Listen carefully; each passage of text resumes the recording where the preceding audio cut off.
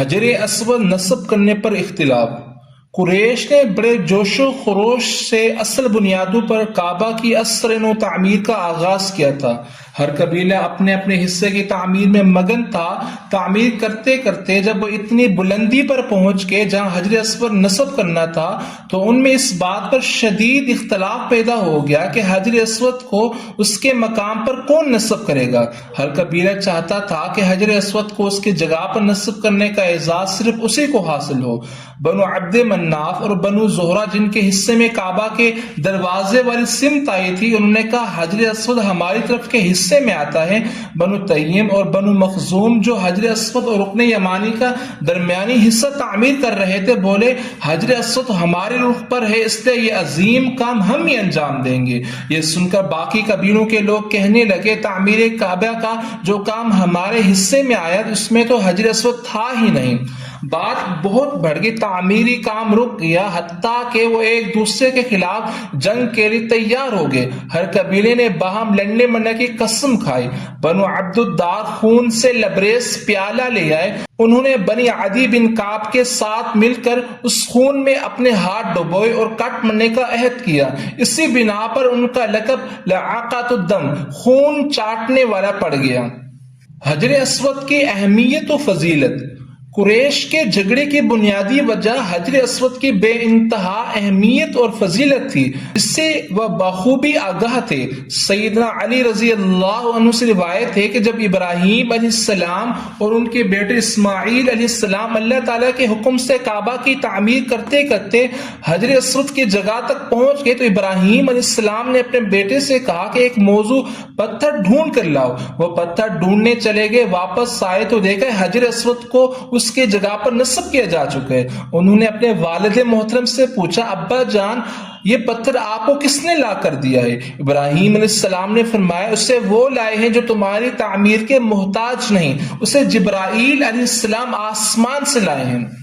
حضرت عبداللہ بن عباس رضی اللہ عنہما سے روایت ہے کہ رسول اللہ صلی اللہ علیہ وسلم نے فرمایا حجر اسود جنت سے اترا تھا اور دودھ سے زیادہ سفید تھا، بنی آدم کی خطاؤں نے اسے سیاہ کر دیا۔ شیخ البانی رحمہ اللہ فرماتے ہیں اس حدیث میں وہ دودھ سے زیادہ سفید تھا کہ الفاظ شاذ ہیں، وہ برف سے زیادہ سفید تھا کہ الفاظ زیادہ صحیح اور محفوظ ہیں۔ سیدنا عبداللہ بن عمر رضی اللہ عنہما نے 3 بار اللہ تعالیٰ کی قسم کھائی اور اپنی انگلیوں سے دونوں کانوں کی طرف اشارہ کرتے ہوئے کہا میں نے رسول اللہ صلی اللہ علیہ وسلم کو یہ فرماتے ہوئے سنا ہے بے شک حجر اسود اور مقام ابراہیم جنت کے یاقوتوں میں سے 2 یاقوت ہیں، اللہ تعالیٰ نے ان کا نور ختم کر دیا، اگر اللہ تعالیٰ ان کا نور ختم نہ کرتا تو یہ مشرق و مغرب کے مابین ہر چیز کو روشن کر دیتے۔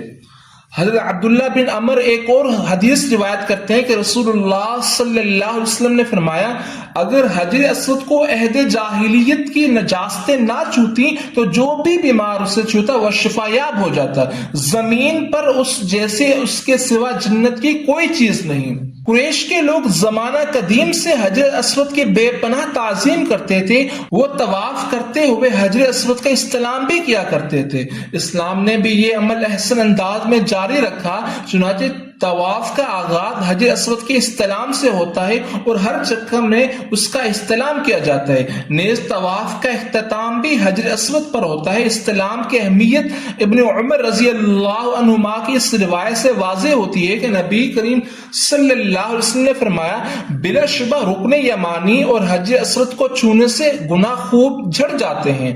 ابن عباس رضی اللہ عنہما فرماتے ہیں کہ رسول اللہ صلی اللہ علیہ وسلم نے حجر اسود کے بارے میں فرمایا اللہ کی قسم اللہ تعالیٰ قیامت کے دن حجر اسود کو یقیناً اس حال میں ظاہر فرمائے گا کہ اس کی 2 آنکھیں ہوں گی جن سے وہ دیکھے گا اور ایک زبان ہوگی جس سے وہ بولے گا اور ہر اس شخص کی گواہی دے گا جس نے اللہ کی رضا کے لیے ایمان کے ساتھ اس کا استلام کیا ہوگا۔ حجر اسود کے استلام سے مراد یہ ہے کہ اسے چھوا جائے اور بوسہ دیا جائے، اگر بھیڑ ہو یہ ممکن نہ ہو تو اسے ہاتھ سے چھو کر ہاتھ کو بوسہ دیا جائے، اگر یہ بھی ممکن نہ ہو تو کسی لاٹھی وغیرہ سے چھو کر اسے بوسہ دے دیا جائے، اگر ایسا کرنا بھی ممکن نہ ہو محض اس کی طرف اشارہ کر دینے سے استلام ہو جائے گا۔ حجر اسود کی اہمیت و فضیلت میں اس وجہ سے بھی مزید اضافہ ہو گیا کہ خود نبی کریم صلی اللہ علیہ وسلم کے دستے مبارک اس پر لگے اور آپ صلی اللہ علیہ وسلم نے اسے بوسہ دیا۔ امیر المؤمنین سیدنا عمر رضی اللہ عنہ سے روایت ہے کہ انہوں نے حجر اسود کا بوسہ دیا اور کہا بلا شبہ میں جانتا ہوں تو ایک پتھر ہے، نہ تو نقصان پہنچا سکتا ہے نہ تو نفع دے سکتا ہے۔ اگر میں نے اللہ کے رسول صلی اللہ علیہ وسلم کو تجھے بوسہ دیتے ہوئے نہ دیکھا ہوتا تو میں تجھے بوسہ نہ دیتا۔ قریش حجر اسود کے فضائل تو اتنی تفصیل سے نہیں جانتے تھے، لیکن انہیں اس کے زبردست فضیلت کا احساس بڑی شدت سے تھا، اس لیے ان کا کوئی قبیلہ حجر اسود کو اس کی جگہ پر نصب کرنے کے غیر معمولی اعزاز و افتخار سے دستبردار ہونے کو تیار نہ تھا۔ وہ حجر اسود نصب کرنے کے اعزاز سے خاطر ایک دوسرے کو مرنے مرانے پر تل گئے تھے، اس لیے وہ سمجھتے تھے جو بھی یہ اعزاز حاصل کرے گا وہ رہتی دنیا تک کے لیے شرف و مجد کا تاج پہن لے گا۔ ابو امیہ بن مغیرہ کی رائے پر اتفاق۔ قریش کی باہمی جنگ کا خطرہ بڑھتا جا رہا تھا۔ 4-5 دن تک صورتحال بہت کشیدہ رہی۔ بالآخر انہوں نے یہ مسئلہ باہمی مشاورت سے حل کرنے کا فیصلہ کیا۔ اس مقصد کے لیے وہ مسجد الحرام میں جمع ہوئے۔ ابو امیہ بن مغیرہ قریش میں سب سے عمر رسیدہ اور دانا سردار تھا، سمجھدار سردار تھا۔ یہ ام المؤمنین ام سلمہ رضی اللہ عنہ کا والد تھا۔ اس نے سب کو مخاطب کر کے کہا، اے قریش کی جماعت، تم لوگوں میں جس معاملے میں اختلاف ہو گیا اس کا فیصلہ کرنے کے لیے اس شخص کو اپنا حکم بنا لو جو سب سے پہلے مسجد کے باب بنو شیبہ سے داخل ہو۔ ابو امیہ کی یہ رائے سب کو پسند آئی اور اس پر اتفاق ہو گیا۔ اللہ تعالیٰ کی مشیت حکمت یہ کہ باب بنو شیبہ سے سب سے پہلے رسول اللہ صلی اللہ علیہ وسلم تشریف لائے۔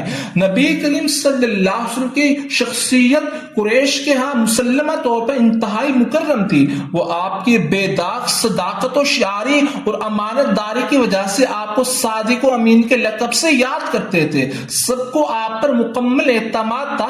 جب انہوں نے آپ کو دروازے سے آتے دیکھا تو نہایت خوش ہوئے اور بے ساختہ پکار اٹھے، یہ امین ہمارے مابین جو فیصلہ فرمائیں گے ہم اس پر راضی ہیں۔ نبی کریم صلی اللہ علیہ وسلم کی حکمت اور تدبیر سے فتنے کا خاتمہ۔ نبی کریم صلی اللہ علیہ وسلم ان کے قریب پہنچے تو انہوں نے آپ کی خدمت میں سارا ماجرا کہہ سنایا۔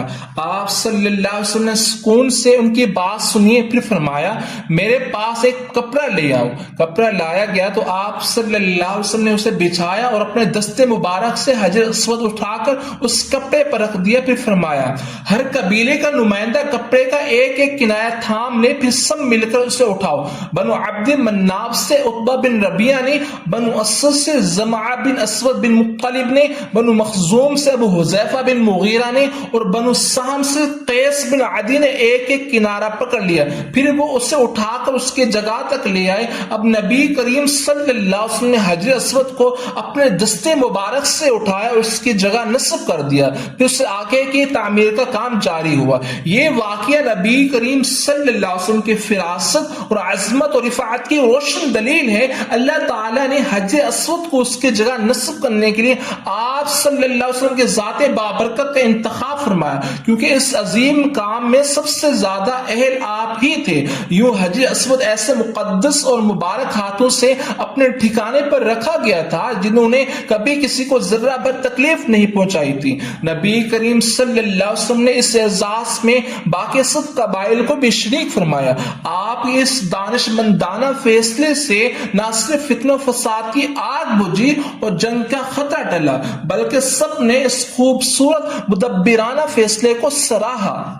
ابلیس کی شر انگیزی ناکام ہوگی۔ حجر اسود کی تنصیب کے موقع پر ایک اجنبی شخص سامنے آیا۔ اس نے ایک بزرگ کا روپ دھار رکھا تھا۔ وہ ایک پتھر اٹھا کر نبی کریم صلی اللہ علیہ وسلم کو دینے لگا تاکہ آپ اس کے ساتھ حجر اسود کو مضبوطی سے اس کی جگہ پر جما دیں۔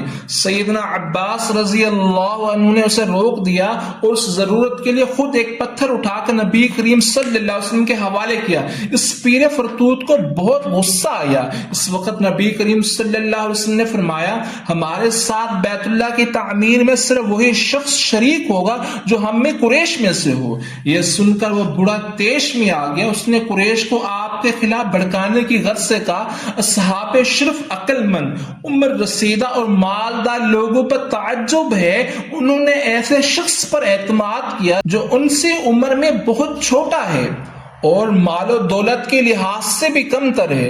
انہوں نے اپنے اہم ترین کام اور پناہ گاہ کی تعمیر کے معاملے میں اسے اس طرح اپنا سردار مان لیا گویا یہ سب اس کے نوکر ہیں۔ اللہ کی قسم یہ انہیں مختلف ٹکڑوں میں تقسیم کر ڈالے گا۔ اس بزرگ شخص کی اس بات پر کس نے کان نہ دھرا؟ یہ ساری شر انگیزی ابلیس کی تھی جو ناکام ہو گئی اور اسے شدید مایوسی اور نامرادی کا سامنا کرنا پڑا۔ نئی تعمیر کے نمایاں پہلو۔ قریش مکہ نے بیت اللہ کی اثر نو تعمیر کے لیے جو حلال مال جمع کیا تھا وہ کم پڑ گیا۔ انہوں نے فیصلہ کیا کہ کعبہ کو حضرت ابراہیم علیہ السلام کی رکھی ہوئی بنیادوں پر اسی حد تک تعمیر کیا جائے جتنا سامان ان کے پاس موجود ہے۔ چنانچہ انہوں نے کعبہ مشرفہ کے شمالی رخ سے تقریباً 6 ہاتھ اور ایک بالش جگہ نئی تعمیر کے حدود سے باہر رہنے دی۔ اس حصے پر ایک چھوٹی سی گول دیوار بنا دی گئی تاکہ لوگ اس کے پیچھے سے طواف کریں۔ یہ ٹکڑا ہجر اور حتیم کہلاتا ہے۔ انہوں نے کعبہ کی بلندی 18 ہاتھ رکھی جبکہ اس سے پہلے یہ بلندی 9 ہاتھ تھی۔ اندر چھت کے لیے 2 صفوں میں 6 ستون کھڑے کیے گئے۔ حتیم سے لے کر حجر اسود اور رکن یمانی والی جانب ہر صف میں 3 ستون تھے۔ لکڑی کی ہموار چھت ڈالی گئی جبکہ پہلے چھت نہیں تھی۔ چھت پر چڑھنے کے لیے رکن شامی کی اندرونی جانب لکڑی کی سیڑھی بنائی گئی۔ چھت دیواروں اور ستونوں کو خوب آراستہ کیا گیا۔ نصارہ کے دستور کے مطابق ستونوں پر نبیوں، فرشتوں اور درختوں کی تصویریں بھی بنائی گئیں۔ بیت اللہ کا ایک دروازہ بنایا گیا، اسے زمین سے بلند رکھا گیا تاکہ سیلاب کا پانی اندر نہ جانے پائے۔ کعبہ میں داخلہ سیڑھی کے ذریعے ہو اور صرف وہی شخص داخل ہو جسے وہ اجازت دیں، جبکہ اس سے پہلے زمین کے برابر 2 دروازوں کی جگہ چھوڑی گئی تھی۔ ایک پرنالہ بھی بنایا گیا جس کا رخ حتیم کی جانب رکھا۔ غلاف کعبہ کا اہتمام۔ قریش نے کعبہ کی تعمیر مکمل کرنے کے بعد اس پر دھاری دار یمنی چادر کا غلاف چڑھایا۔ اس سے پہلے کعبہ پر قبطی کپڑے کا غلاف چڑھایا جاتا تھا۔ یہ ایک سفید کپڑا تھا جو مصر میں تیار ہوتا تھا۔